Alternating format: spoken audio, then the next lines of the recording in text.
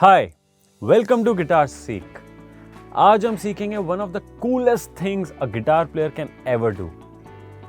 आप गिटार को ट्यून करना चाहते हो बट आपके पास कोई गैजेट नहीं है, ना आपके पास कोई ट्यूनिंग पेडल है, ना आपके पास क्लिप ऑन ट्यूनर है और ना ही कोई स्मार्टफोन है। हम लोग रिलाय करेंगे दो चीजों पे, अपनी knowledge of guitar fretboard and second our listening superpower. So let's get started.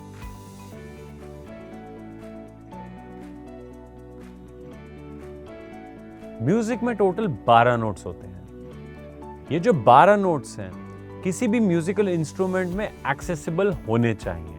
मतलब गिटार के सारे स्ट्रिंग्स पे डिफरेंट जो फ्रेट्स हैं वो कोई ना कोई पिच को या सुर को कॉरेस्पॉन्ड करता है।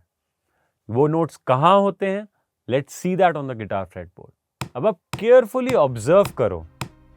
फर्स्ट स्ट्रिंग ओपन वो होता है E. Now let's look at second string. Second string पे ई कहां होता है? सेकंड स्ट्रिंग पे ई होता है फिफ्थ फ्रेट पे, विच मीन्स अगर फर्स्ट स्ट्रिंग ओपन ई है तो सेकंड स्ट्रिंग का फिफ्थ फ्रेट भी ई है। तो इसका मतलब यह भी है कि अगर मेरा फर्स्ट स्ट्रिंग कोई भी नोट हो लेकिन वो ट्यून्ड हो तो मेरा सेकंड स्ट्रिंग का फिफ्थ फ्रेट जो है वो सेम नोट होना चाहिए। And this is the concept of relative tuning. हम अज्यूम करते हैं कि हमारा फर्स्ट स्ट्रिंग जो है वो ट्यून्ड है और उसके रिलेशन में अपने सेकंड स्ट्रिंग को ट्यून करते हैं by using our listening super power और our ear training. So let's see how it works. Now let's look at the guitar fretboard. First string जो है वो ओपन है और हमने अज्यूम किया है that's an E. Second string का फिफ्थ फ्रेट ये भी E होना चाहिए, तो हम इसको प्ले करेंगे।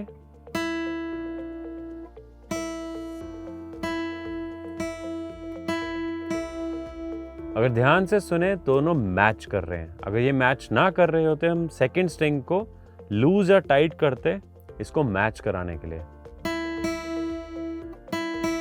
बिकॉज दोनों को साउंड ई ही करना है। ना मूविंग ऑन। अब हमारे फर्स्ट टू स्ट्रिंग्स ट्यून हो चुके हैं। First string was E, second string was B. अब सेकंड स्ट्रिंग अगर ट्यून हो चुका है इसका यह मतलब है कि सेकंड स्ट्रिंग पे जो नोट था बी, थर्ड स्ट्रिंग पे वो बी कहां आता है? फोर्थ फ्रेट पे। तो हम थर्ड स्ट्रिंग का फोर्थ फ्रेट पकड़ेंगे और इस फोर्थ फ्रेट को प्ले करेंगे और साथ में सेकेंड स्ट्रिंग ओपन प्ले करेंगे। वी नोटिस कि दोनों साउंड सेम नहीं कर रहे। तो I try to alter the tuning using my tuning pegs so that ये जो दोनों हैं बिल्कुल सेम साउंड करें। Let me try doing that.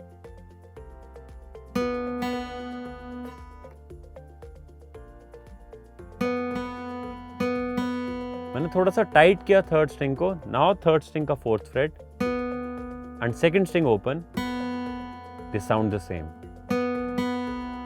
Perfect.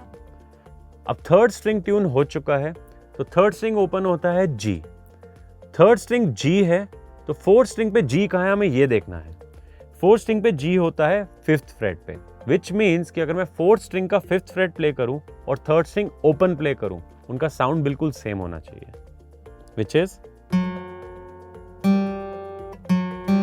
इसी के मैच नहीं कर रहे। अगर आप और थोड़ा केयरफुली सुनो यू विल नोटिस कि फोर्थ स्ट्रिंग जो है उसका साउंड थोड़ा सा कम है थर्ड स्ट्रिंग से,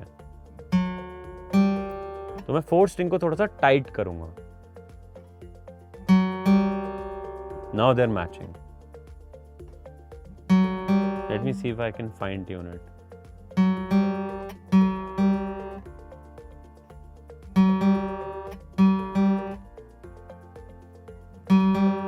Now they're matching. So now first four strings हमारे ट्यून हो चुके हैं। अब फोर्थ स्ट्रिंग क्या होता है ओपन? फोर्थ स्ट्रिंग ओपन होता है D, विच मीन्स अब मुझे फिफ्थ स्ट्रिंग पे देखना है कि D कहाँ पे। फिफ्थ स्ट्रिंग पे D होता है फिफ्थ फ्रेट पे। सो फिफ्थ स्ट्रिंग का फिफ्थ फ्रेट और फोर्थ स्ट्रिंग ओपन मैच होने चाहिए। Let me play them. Match नहीं हो रहे। Let me tweak the fifth string tuning and see when I can match it.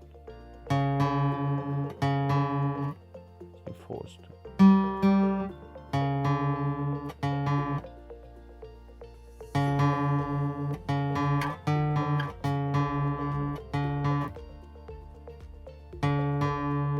Now they match. अभी हम अपने पहले 5 स्ट्रिंग्स को ट्यून कर चुके हैं. 5th स्ट्रिंग ओपन होता है A. 6th स्ट्रिंग पे A कहाँ पे होता है? 6th स्ट्रिंग पे A होता है 5th फ्रेट पे. तो सेम कॉन्सेप्ट, 6th स्ट्रिंग का 5th फ्रेट और 5th स्ट्रिंग ओपन मैच होने चाहिए. They're very close. Let me tighten it little bit.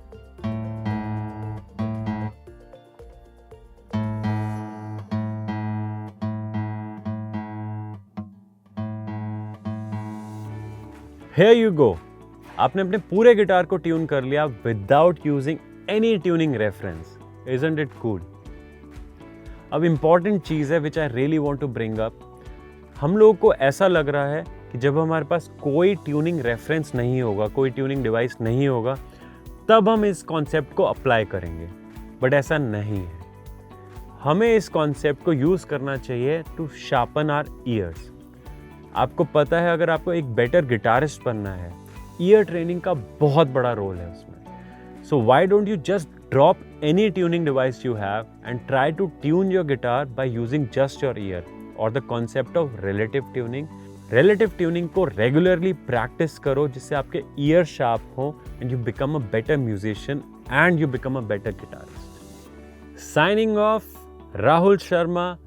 Keep the good music alive.